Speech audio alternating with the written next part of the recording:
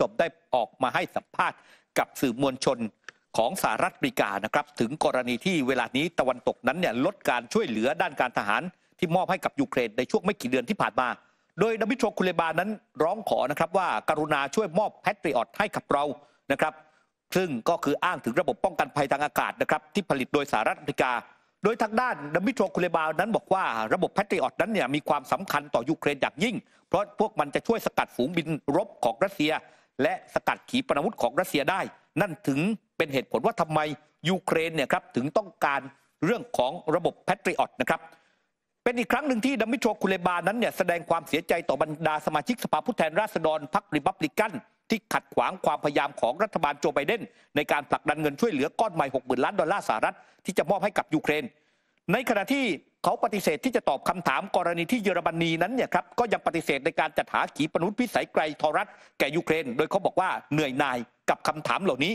อย่างไรก็ตามเขาหลีกเลี่ยงที่จะวิพากษ์วิจารณ์เอ็มมานูเอล มาครงผู้นำของฝรั่งเศสนะครับกรณีที่ผู้นำฝรั่งเศสนั้นบอกว่าไม่ตัดความเป็นไปได้ในการส่งทหารของบรรดาชาติสมาชิกนาโต้เข้าไปในยูเครนซึ่ง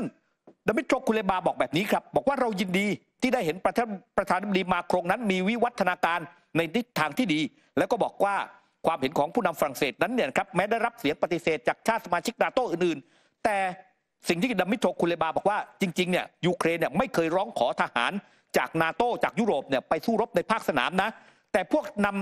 กผู้นำของสหภาพยุโรปอาจจำเป็นต้องรับแนวคิดนี้เมื่อถึงเวลาอันจำเป็นนะคุเลบาบอกว่าผมทราบดีว่าเหล่าชาติยุโรปนั้นเนี่ยไม่คุ้นเคยกับการทำสงครามแต่ยุโรปนั้น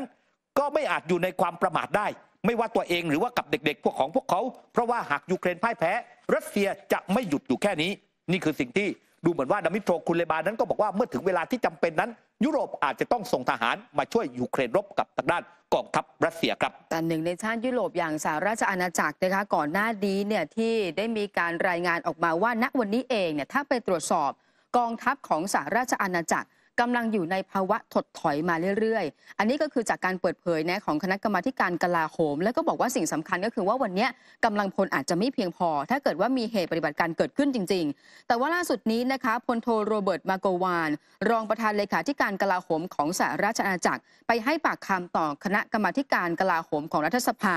แล้วก็บอกว่าตอนนี้กองทัพเนี่ยขาดแคลนทรัพยากรอย่างรุนแรงอันนี้จริงโดยเฉพาะเรื่องของกระสุนถ้าเกิดว่ามันเกิดเหตุจำเป็นเกิดขึ้นจริงๆเนี่ยอาจจะไม่สามารถต้านทานได้โดยเฉพาะณวันนี้เงินที่รัฐบาลใช้จ่ายในด้านการกระสุนหรือว่าในการซื้อหากระสุนแม้ว่าจะเป็นจำนวนมากแต่มันยังไม่เพียงพอต่อภัยคุกคามต่างๆถ้าเราต้องมีการเผชิญวันนี้จำเป็นต้องมีการบริหารเรื่องของความเสี่ยงในการปฏิบัติการเนื่องจากว่าปัญหาที่เกิดขึ้นคือการขาดแคลนทรัพยากรแต่ว่าพลโท มาโกวานเนี่ยยืนยันว่าสหราชอาณาจักรนั้นพร้อมสำหรับการทำสงครามแต่ไม่ใช่กับทางด้านของรัสเซียสอดคล้องกันนะคะกับการที่สสมาร์ค ฟรังซัวสมาชิกคณะกรรมาการกลาโหมคนนี้ก็บอกว่ามันเป็นเรื่องที่ยากมากถ้าเกิดว่ากองทัพของสหราชอาณาจักรเนี่ยจะไปต้านทานรัสเซียแล้วก็เป็นเรื่องที่ยากมากถ้ากองทัพนั้นจะต้องอยู่ยาวนานมากกว่า2 เดือนในการสู้รบที่มันเต็มรูปแบบขณะที่รัฐมนตรีกลาโหมอย่างแกรนชาร์ฟนะคะณวันนี้เขาบอกว่าสิ่งสำคัญก็คือว่าทางกองทัพของสหราชอาณาจักรเองเนี่ยไม่ได้มีความกังวลเลยเพราะเขาเชื่อว่าวันนี้ยังอยู่กับนาโต้และเมื่อวันเกิดเหตุการณ์นั้นเกิดขึ้นจริงๆชาติสมาชิกนาโต้ก็คงจะไม่ปล่อยให้เขารับมือเพียงแค่ชาติเดียวแน่นอนค่ะครับคือทางด้านในส่วนของพลโทโรเบิร์ต มาโกวานนั้นเนี่ยนะฮะคุณผู้ชมคือพยายามที่จะบอกกับทางด้านรองประธานเสนาธิการพยายามบอกกับคณะกรรมาการกลาโหมเนี่ยนะ